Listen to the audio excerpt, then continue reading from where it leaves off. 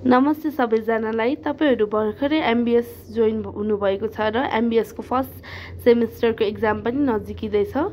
त्यही भएर तपाईहरु चाहिँ कस्तो टाइपको क्वेशनहरु आउँछ, कति मार्क्सको आउँछ भनेर बुझ्न चाहनुहुन्छ भए यो भिडियो चाहिँ तपाईहरुको लागि अत्यन्तै इम्पोर्टेन्ट र जरुरी रहेको छ।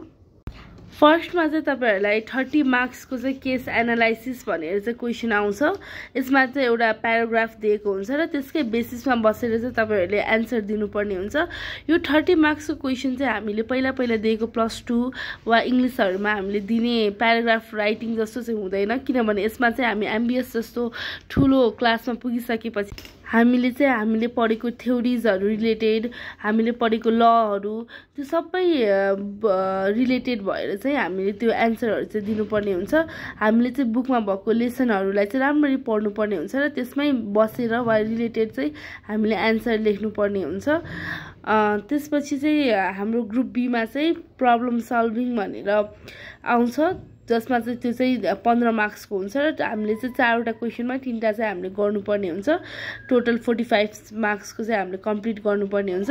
त्यसपछि हामीलाई चाहिँ 5 मार्क्स को चाहिँ 6 वटा क्वेशन दिन्छ, जसमा हामीले 5 वटा चाहिँ कम्प्लिट गर्नुपर्ने हुन्छ 5 मार्क्स को। त्यसरी चाहिँ हाम्रो एउटा क्वेशन पेपर चाहिँ बन्छ। हामीलाई चाहिँ 4 आवर्स को टाइम हुन्छ। त्यही भएर हामीले चाहिँ मजाले क्वेशन राम्ररी पहिला बुझेर चाहिँ आन्सर दिनुपर्ने हुन्छ र हामीले अलिकति फास्ट पनि लेख्न सक्यो भने चाहिँ हाम्रो लागि नै इजी हुन्छ।